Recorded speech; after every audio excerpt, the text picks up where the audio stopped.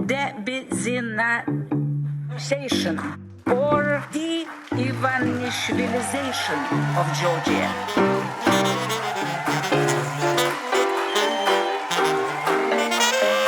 What does it mean, de-oligarchization? It means de-Ivanishvilization or de-Ivanishvilization of Georgia.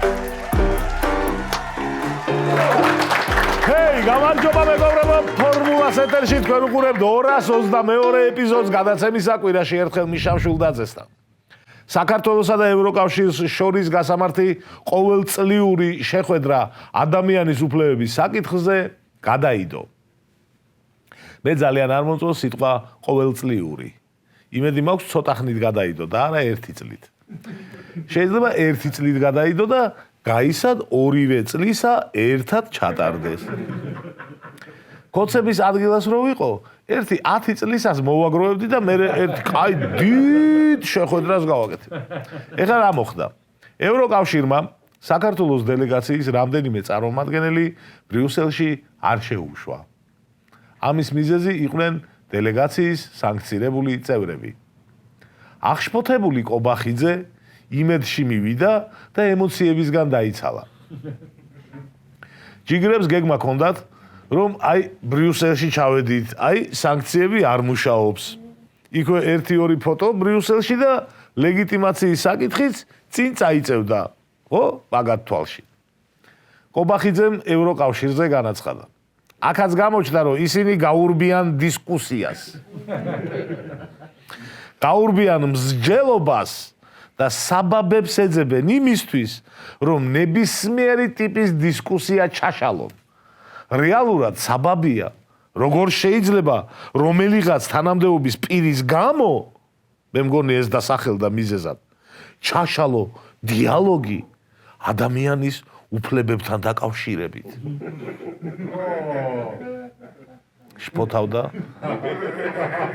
შფოთავდა კობახიძე. ეხლა რა ხდება? დელეგაციის ერთ-ერთი წევრი შინაგან საქმეთა მინისტრის მოადგილე ალექსანდრე დარახველიძე იყო. ალექსანდრე დარახველიძე კობახიძემ ხარებასთან და გომელაურთან ერთად ღირსების ორდნებით დააჯილდოვა. რატომ და ესენი დაასანქცირა ბრიტანეთმა? რის გამო დაასანქცირა? აბა თუ რის გამო დაასანქცირა? ადამიანის უფლებების დარღვევისთვის. ხო და 1 წლის შემდეგ ალექსანდრე დარახველიძე ჩასვეს ევროკავშირთან ადამიანის უფლებებზე სასაუბროდ მიმავალ ქართულ დელეგაციაში. ანუ აპარებდნენ ჯიგრები, მაგრამ ვერ ქნეს. როგორც იცით, ტროას შემდეგ ტექნოლოგიები საგრძნობლად გაუმჯობესდა.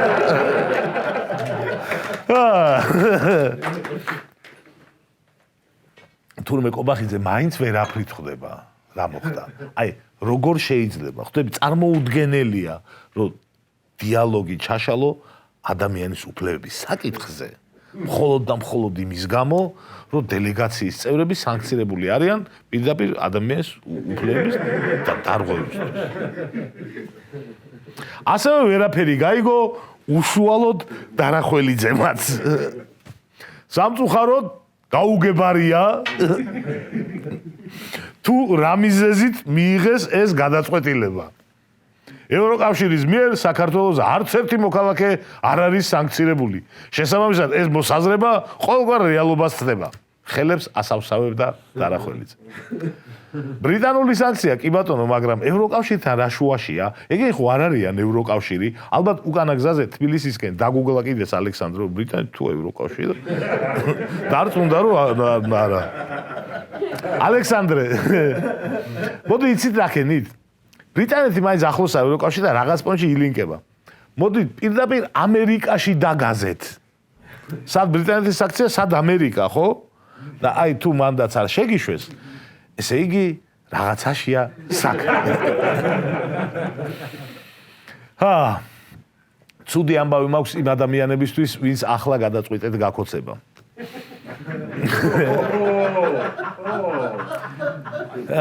მესმის რომ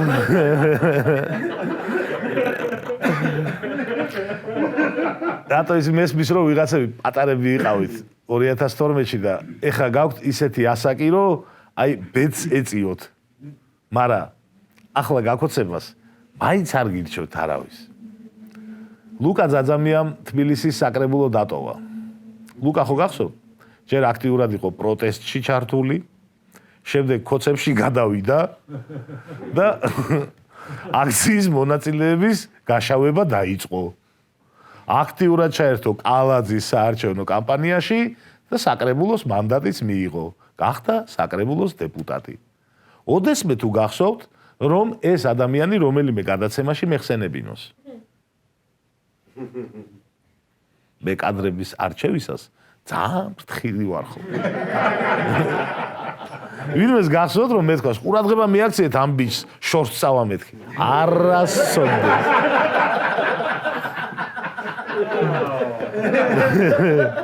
ვიზეც მithქვავს შორს წავლენ მეთქი. ყველა შორს წავიდა. აი ამაზე არ მithქვავს. ხო და აი ლუკა ძაძამიამ საკრებულო დატოვა. ნორმალური ქვეყანა რო ვიყოთ, ჩემს სკაუტინგის ნიჩს ფეხბურთს მოვახმარდი. მაგრამ სამწუხაროდ აი ასე ვფლანგავ მაგასაც.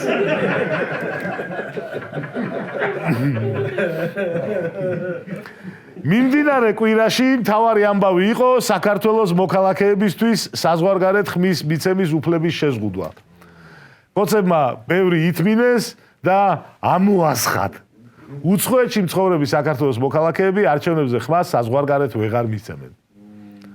ბოლოს რომ ემიგრანტებმა ხმა მიცეს, კოცებმა ვერ მოიგეს. ვერ მოიგეს კი არა, მოდი პირდაპირ თქვათ რა, ჩაისვარეს. კი შემეძლო უფრო მსუბუქადაც მეთქვა, მაგრამ დამეთანხმეთ რომ უფრო მძიმედად შემეძლო. ხო და მოკლედ ამოასხათ. თქვენ დოლარები და ევროები აგზავნეთო, რა გიარჩევნებათო? ამ ინიციატივას რა თქმა უნდა დიდი გამოხმაურება მოყვა. კოცებმაც ძალიან მარტივად გააправეს. ხმას კი არ გართმევთო. აქ ჩამოდით და აქ მიეცითო ხმა. ობახიძე, ერთი დღით ჩამოდი ქვეყანაში. შენი თვალით გაეცანი რა გარემოა და შემდეგ გააკეთე არჩევანი. მოძებნა გამოსავალი ირაკლი. ხალხი რომელიც წლებია ვერ ჩამოდის შვილების, მშობლების, დედმამიშვილების სანახავად, ერთი დღით უნდა ჩამოვიდნენ, რომ ნახო რომ რა ხდება ქვეყანაში და ისე უნდა მისცე ხმა. შეიძლება აღარ წავიდნენ. ხო ირაკლი? ადამიანებმა თურმე არ იციან ქვეყანაში რა ხდება. წარმოდგენა არ აქვთ რატო წავიდნენ აქედან.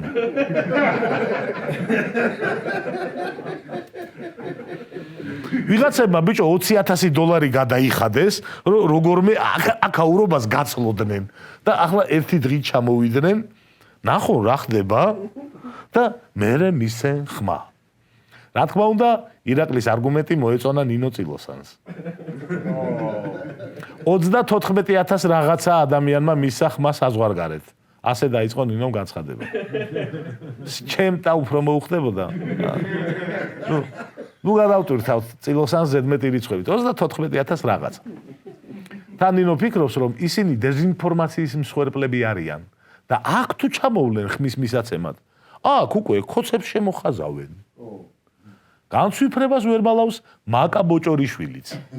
არანაირად არ ხდება მოქალაქეების შეზღუდვა არჩევნებში მონაწილეობაზე. ვერაფრით ვერ დაუკავშირა ეს რამე მაკა. ლადო ბოჟაძე უფრო შორსაც წავიდა. ლადომ არათუ საარჩევნო ჩამოსვლა გაამართლა, მეტიც იმასაც ვერ ხვდებოდა, რატომ არ აკეთებენ ემიგრანტები ამას ისედაც. ყველანაირი პირობა გვაქვს იმისთვის, რომ მოქალაქეები დაბრუნდნენ. ამიტომ შესაძლოა საარჩევნო ხმის გამოყენების უფლებაც იყოს მიზეზი და საშუალება, რომ ისინი საკუთარ ქვეყანაში დაბრუნდნენ. დაასკვნა ლადომ ბოჟაძემ. მარტო ლადოს რო ვამბობ ხოლმე, კახაძეს გულისხმობ. ამიტომ ამას გვარს დავუმატა. ჯერ ვერაა კახაძის დონე. სულ სხვა მიმართულება მისცა ამ ამბავს შალვა პაპუაშვილმა. შალვას აზრით, ოცნება საზღვარგარეთ იმიტომ დამარცხდა, რომ იქაურმა ხელისუფლებებმა დააძალეს ჩვენს მოქალაქეებს ოპოზიციისთვის ხმის მიცემა. ციტირებ. აბა კაი დედმამიშვილი ხარ და გერმანიის ხელისუფლების წარმომადგენელი, რო გეუბნება, მოდი და ოცნების წინააღმდეგ მიეცი ხმაო, კაი დედმამიშვილი ხარ, იქ მყოფი საქართველოს მოქალაქე და არ დაუჯერო გერმანიის ხელისუფლების ამ წარმომადგენელს? სულ სხვა ფანჯარა გამოაღო შალვა. გეუბნებით, ყველაზე ნიჭიერი ჩემი კადრი ესა. ხო, ყველა ერთი და იგივეს ამბობდა და შალვა გავიდა ჩარჩოდან. Out of box ფიქრობს შალვა. სინამდვილეში ყველამ ვიცით, რომ ქოცები გამწარებულები არიან არჩევნების შედეგებით საზღვარგარეთ, სადაც ვერავინ მოისყიდეს, ვერავინ დააშინეს, ვერც კარტოფილი დაურიგეს და ვერც პროპაგანდა ამუშავეს. ამიტომაც გაასხეს. ბოლოსკენ კი ერთ ფაქტს გეტყვით ემიგრანტებისთვის ხმის უფლების შეზღუდვაზე. 2018 წელს დიასპორისთვის საარჩევნო უფლების შეზღუდვას ჩალიჩობდა მოლდოვის ბიძინა პლახატნიუკი. ამის შემდეგ გამოტოვოთ ბევრი წელი და პირდაპირ ამის დასასრულს გეტყვით. გაქცეული პლახატნიუკი საბერძნეთში დააკავეს, მოლდოვას გადასცეს. ახლა მოლდოვას ციხეშია. ამით რისი თქმა მინდა? რისი და შეგახსენეთ, რომ რასაც მინდა, იმას ვიტყვი. ჩემი საავტორო გადაცემა. კარგი, ახლა კი რუბრიკა რა უნდა ევროკავშირს ჩვენგან. ადრე დაგკვირდით, რომ საქართველოში ევროკავშირის დასკვნას თავებად გაგაცნობდით ხოლმე. რატომ ვაკეთებ ამას? იმიტომ რომ ვიცოდეთ რა სიტყავს ჩვენგან ევროკავშირი და ქოცებმა არ გვატყუო რომ თურმე ჩვენგან გეების ხელის გულზე ტარებას და ომში ჩართვას ითხოვენ ამავდროულად. ესე უნდა ჩავერთოთ ომში. ცალი ხელის გულზე გეის ვატარებ და მეორე ხელი მომო. მოკლედ.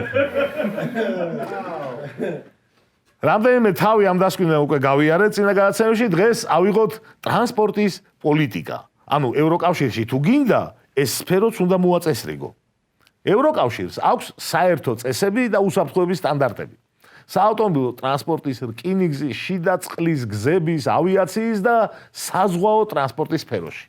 ეს ქვეთავი ამ ტრანსპორტზე ძალიან პატარაა, ერთი გვერდიც არაა, მოკლე წერია. საქართველოს კანონმდებლობა არ არის შესაბამისობაში საავტომობილო ტრანსპორტის სფეროში სოციალურ კანონმდებლობასთან. პრობლემებია, როგორც სახიფათო ტვირთების ტრანსპორტირებასთან დაკავშირებით, ასევე მძღოლის მუშაობის და დასვენების რეჟიმის დაცვაში.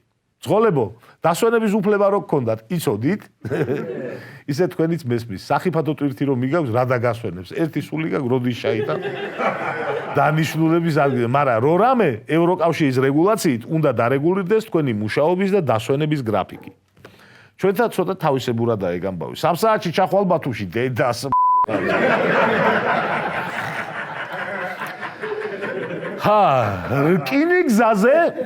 რკინიგზაზე მაგრად გვაქებს ევროკავშირი.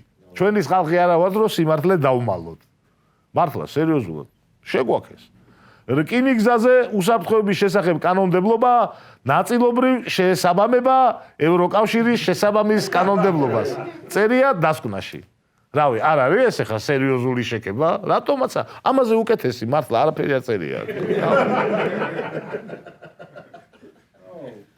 ხო, მაგაცისთვის ხო უნდა შევაქოთ. აი ეს არის კიდევ ერთი მიმართულებით გვაქებენ ტრანსპორტში.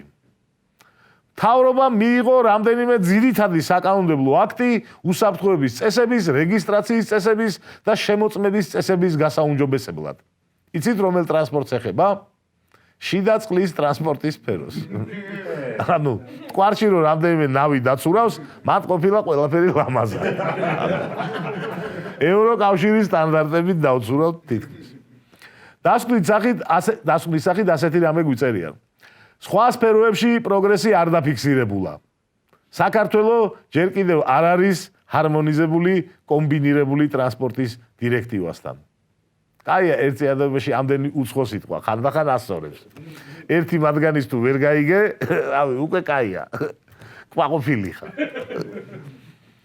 ეს იყო ევროკავშირის დასკვნა ტრანსპორტის სფეროზე. როგორც ხედავთ, არცაც წერია ომში ჩაერთეთო. ტრანსპორტსაც მიხედეთო, ეგ წერია. ვიცოდეთ, ყველაფერი ვერაფერს მოგვატყუებენ. გადავიდეთ გადაცემის მეორე ნაწილზე, ჩაანალიზებაზე, ჯერ კოკა-კოლა მოვსვათ. ამერიკის შეერთებულმა შტატებმა უკრაინასთან დაკავშირებით ახალი სამშვიდობო გეგმა წარმოადგინა. ჯერჯერობით საბოლოო დაზუსტებით არ ვიცით რა წერია ამ გეგმაში. ისიც არ ვიცით ამერიკის გეგმა თუ ისევ სტივ უიტკოფმა ჩამოწერა რაღაც სისულელეები. სტივ უიტკოფი რუსული ფესვების მქონე ამერიკელი ბიზნესმენია, რომელიც ყოველდღესაცემია, მაგრამ ამერიკის პრეზიდენტის სპეციალური წარმომადგენელია. რა გინდა როგორც ჩანს, უახლოესი დღეები და კვირები ძალიან მძიმე იქნება უკრაინისთვის. ზელენსკის უტევენ შიგნიდან, გარედან, აღმოსავლეთიდან, დასავლეთიდან. სხვადასხვა გამოცემები ავრცელებენ ინფორმაციას, რომ ტრამპს სურს, რომ უკრაინამ ძალიან მალე მოაწეროს ხელი სამშვიდობო შეთანხმებას. უკრაინა სიამოვნებით მოაწერს ხელს სამშვიდობო შეთანხმებას, მაგრამ არის კი ეს შეთანხმება სამშვიდობო? რა წერია ამ გეგმაში? ოფიციალური ინფორმაცია არ არსებობს, მაგრამ არსებობს თეთრი სახლიდან გაჟონილი ან ვითომ გაჟონილი ინფორმაციები, რომელთა ანალიზის საფუძველზე შეგვიძლია დაახლოებითი სურათი მივიღოთ. შეთანხმების პროექტი ითვალისწინებს უკრაინის არმიისთვის რაოდენობრივი შეზღუდვის დაწესებას. ზუსტი რიცხვი არ სახელდება, ეს შესაძლოა იყოს 600,000 ჯარისკაცი. ეს იმაზე გაცილებით მეტია, ვიდრე უკრაინას ომამდე ყავდა. ამხელა არმიამ მშვიდობის პირობებში შესაძლოა არც იყოლიოს უკრაინამ, მაგრამ აქ სხვა პრობლემაა. რატო? თუნდაც 2 მილიონი რო ეწეროს, რატო? არმიაზე შეზღუდვა შეიძლება დაუწესო აგრესორს. სხვერპლს რატო უნდა განესაზღვროს შეზღუდვა? შინაარსი რა არის? ისტორიაში ყოფილა შემთხვევა, როდესაც უკრაინა ვინმეს თავს დაესხა? არა? აბა, რას ვაზღვევთ ჯარზე შეზღუდვით დაწესებით? რო რამე ძალიან არ დაიცვას თავი? ანუ პრინციპულად არასწორია, სირცხვილია მსგავსი პუნქტი, თორემ მშვიდობა როცა იქნება, მაგხელა ჯარს არც იყოლიებს უკრაინა. დარწმუნებული ვარ, ზელენსკი ამ პუნქტს არასოდეს მოაწერს ხელს, მაგრამ აქ შეთავაზებაა საწყენი. მეგობარი, რატო უნდა დაგეჩალიჩოს ეგეთ შეთანხმებაზე? მაგას ხო რუსეთი შემოგთავაზებს. როგორც ჩანს, ტრამპი ბოლო დროს კარგად რო იქცეოდა, ქება მაწყინა და ისევ უნდა ავლესო წყეპლა. შეთანხმებაში ასევე წერია, რომ უკრაინაში რუსულ ენას უნდა მიენიჭოს მეორე ენის სტატუსი და რუსულ ეკლესიასაც აღუდგეს სტატუსი. ენის საკითხზე კიდე შეიძლება ლაპარაკი, ვიდრე რუსულ ეკლესიაზე. რუსული ეკლესია არის კრემლის პროპაგანდის ჩვეულებრივი რუპორი. რამდენიმე დღის წინ რუსეთის პატრიარქმა კირილემ განაცხადა, უკრაინაში ომში მონაწილე რუსი ჯარისკაცები არ არღვევენ ცნებას არაკაცკლა. წარმოიდგინეთ, სასულიერო პირმა ადამიანების მკვლელობაზე გასაკურთხება. რუსი ჯარისკაცებიც 7 სინდისით გააგრძელებენ ქალების და ბავშვების ხოცვას. კი, მაგრამ ქრისტემ თქვა არაკაცკლაო, ხომარა კირილემ უკრაინაში შეიძლებაო. ეგეთი მართლმადიდებლები არიან რუსები. ქრისტესის ჯერად ოღონდ იმ ნაწილში, სადაც ქრისტე კირილეს არ ეწინააღმდეგება. მაგასაც აქვს თავისი მიზეზი, ხო? იმიტომ რომ ქრისტე თუ გაგიბრას და სადარბაზოსთან არ დაგხვდება და არ გაგლახავს და კირილეზე თავს ვერ დავდებ. კრემლის ეკლესიას ზელენსკი არ დააბრუნებს ქვეყანაში, იმედი მაქვს და დარწმუნებული ძვარ. ძლივს მოიშორეს ეგ უბედურება, ამხელა ნაღმი მოიშორეს და მაგის უკან შემოbrunება იქნება. უკრაინის ეკლესია არის ძალიან ძველი მართლმადიდებლური კერა, რუსეთზე გაცილებით ძველი. როგორმე მიხედავენ საკუთარ სულიერებას კრემლის დახმარების გარეშეც. ეჭვი გამიჩნდა კირილე ხო არა სატანისტი. მოვიძიე სატანისტები რას ფიქრობენ ადამიანების მკვლელობაზე, ძალადობაზე. მაინტერესებს რუსულ ეკლესიასა და სატანისტებს შორის რამე ფუნდამენტური სხვაობები თუ არის. მოგუგლეთ და მსოფლიოში ერთ-ერთი ყველაზე მსხვილი სატანისტური მოძრაობა ყოფილა The Satanic Temple. და მათ ქონიათ 7 დოგმა. პირველ დოგმაში წერია, ადამიანი უნდა ისწრაფოდეს, იმოქმედოს თანაგრძნობით და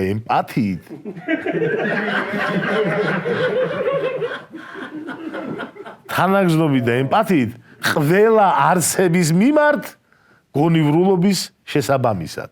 ანუ რავი რაღაცა ეთქობა რა ტარაკნები შეიძლება თუ დასაბუთება. მესამე დოგმაში კი აკრძალულია ძალადობა. თუ ადამიანი თვითონ არ გთხოვს, არ შეგიძლია ძალადობა. მოკლაზე საერთოდ არაა ლაპარაკი. აი, ვერ ვიტყვი რომ გამიკვირდა, დარწმუნებულიც კი ვიყავი რომ სატანისტები გაცილებით ჰუმანურები იქნებოდნენ. ვიდრე რუსული ეკლესიის მიმდევრები. ისე მართლა რა არის გასაკვირი, ხო? სატანა ერთ დროს ანგელოზი იყო. მერე კი გაბოროტდა, მაგრამ თლად კირილე კი არ გამხდარა. წადით ეხა ხალხი ხოცეთო ეგრეც არ გაბოროტებულა. რუსეთუმეებო, 64-ში მოხვედრა თუ გინდათ, სატანისტობით მეტი შანსი გაქვთ მართლა. დაუბრუნდეთ შეთანხმებას. რაც შეეხება ტერიტორიებს, რამდენიმე ურთიერთგამომრიცხავი ინფორმაცია ვრცელდება. ერთი ვერსიით, შეთანხმების პროექტით ყველა უკრაინული ტერიტორია დე იურე რჩება უკრაინას. საუბარია დონბასის და ყირიმის რუსეთის დე ფაქტო მფლობელობაში დარჩენაზე. რამე ფორმით. სიტყვა იჯარამაც კი გაიჟღერა. ეს გამორიცხული მგონია, რუსეთი არ დათანხმდება. პუტინმა რა უნდა უთხრას თავის ბიდლოს, რომ 4 წელი ვიომე, მილიონი კაცი მოუკალი, ეკონომიკა გავანადგურე და დონბასი ავიღეო იჯარით. რავი. რაია. იჯარით ხო ისედაც მოგცემდნენ შეკარ. რა. ნუ უკრაინა რო არ დათანხმდება ამას გასაგებია, მაგრამ ამათ პუტინიც არ დათანხმდება. სხვა ვერსიით ერთ-ერთი ვარიანტია რაღაც ტერიტორიების დე იურე რუსეთისთვის გადაცემაც, ანუ ოფიციალურად რუსეთის ტერიტორიად რო აღიაროს უკრაინამ. ეს, რავი, რა თქმა უნდა, ალბათ გამორიცხულია. როგორც ჩანს, ზელენსკის ძალიან აწვევიან ვიღაცები. ზელენსკიმ განაცხადა: ახლა უკრაინა შეიძლება დადგეს ძალიან რთული არჩევანის წინაშე. ან ღირსების დაკარგვა, ან ძირითადი პარტნიორის დაკარგვის რისკი. ან ურთულესი 28 პუნქტი, ან უმძიმესი ყველაზე რთული ზამთარი და შემდგომი რისკები. ცხოვრება თავისუფლების, ღირსების და სამართლიანობის გარეშე და ის, რომ ვენდოთ მას, ვინც უკვე ორჯერ დაგვესხა თავს. ახლა უკრაინაზე ერთ-ერთი ყველაზე მძიმე ზეწოლა ხორციელდება. ჩვენგან პასუხსელიან, მაგრამ უკვე გავეცი ამაზე პასუხი. 2019 წლის 20 მაისს, როდესაც ვთქვი, რომ ვიღებ ვალდებულებას დავიცვა უკრაინის სუვერენიტეტი და დამოუკიდებლობა. როგორც ჩანს, ტრამპი არის თავიდან მოსარჯულებელი. სხვა გზა არა, უნდა შევაწუხოთ ისევ ის კაცი, ფინეთის პრეზიდენტი. ეგეძმა კაცება ტრამპს. ძალიან მნიშვნელოვანი იქნება სხვა ევროპელი ლიდერების მხარდაჭერაც, მაგრამ მთავარი იქნება უკრაინის შიგნით ერთიანობა. უკრაინის შიგნით ბევრი გავლენიანი ადამიანია, რომელიც ზელენსკის ძირს უთხრის და მათ უნდა ეყოთ პატრიოტიზმი და ქვეყნისთვის ასე რთულ მომენტში პირადული გადადონ მხარში ამოუდგნენ პრეზიდენტს. თავის მხრივ უმძიმესი მდგომარეობა რუსეთშიც. დემოგრაფიული და ეკონომიკური თვალსაზრისით, როგორც ჩანს, რუსეთსაც ძალიან ეჩქარება შეთანხმების მიღწევა. რასაც რუსეთმა 4 წლის განმავლობაში ვერ მიაღწია ომით, ვერ უნდა მიაღწიოს ვითყოფების და უკრაინელი ქოცების ხელით. ასეთი სიტუაციები ადრეც ყოფილა და ზელენსკიმ მოახერხა უკრაინის ინტერესების კბილებით დაცვა. იმედია ამჯერადაც გამოუვა. კაი ამბავი ისაა, რომ უკვე 2026 წელი დგება. 2028 წელს კი ამერიკაში საპრეზიდენტო არჩევნებია. ანუ 1 წელია გასაძლები და 2028 საარჩევნო წელი რო დაიწყება, მერე უკრაინისთვის ტვინის მოსწრაფად ნაკლებად ეცლებათ იმათაც. მანამდე უკრაინამ უნდა გააგრძელოს რუსული მძინარე ნავთობ ინფრასტრუქტურის გაღვიძება. არაფერი დაასრულებს ომს იმაზე სწრაფად, ვიდრე რუსეთის ნავთობ ინფრასტრუქტურის განადგურება. ალბათ ხშირად ხვდებათ ინტერნეტში რუსების ვიდეოები. ტელეფონით რო იღებენ ქარხნების აფეთქებას და ყვირიან: იბაი! აი ყოველი ეგეთი იბაი იბად გვახლოებს გამარჯვებასთან. უსურვებ უკრაინას გამძლეობას და ბევრ იბადს, აი მაგას. რა ზუსტად ვიცით ისაა, რომ რუსეთის მთავარი მიზანი, რაც იყო უკრაინის სახელმწიფოებრიობის დასრულება, ეგ აღარ გამოვა. არასოდეს. უკრაინა ყველა ვარიანტში იქნება და იქნება ძალიან ძლიერი პროდასავლური სახელმწიფო. ახლა ირკვევა, რამდენად კარგი სასტარტო პოზიციები ექნება ამისთვის.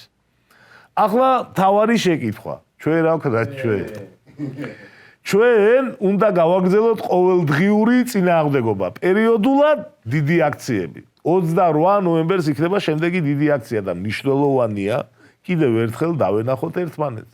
უწყვეტი პროტესტის 1 წელი სრულდება. წარმოიდგინეთ, უწყვეტი ყოველდღიური პროტესტის 1 წელი და მთელი სამყაროსთვის ასეთ მნიშვნელოვან მომენტში, ჩემი აზრით, ძალიან კარგი იქნება თუ 28-ში გამოვალთ ყველა, ვინც ამ 1 წლის მანძილზე ერთხელ მაინც ყოფილა.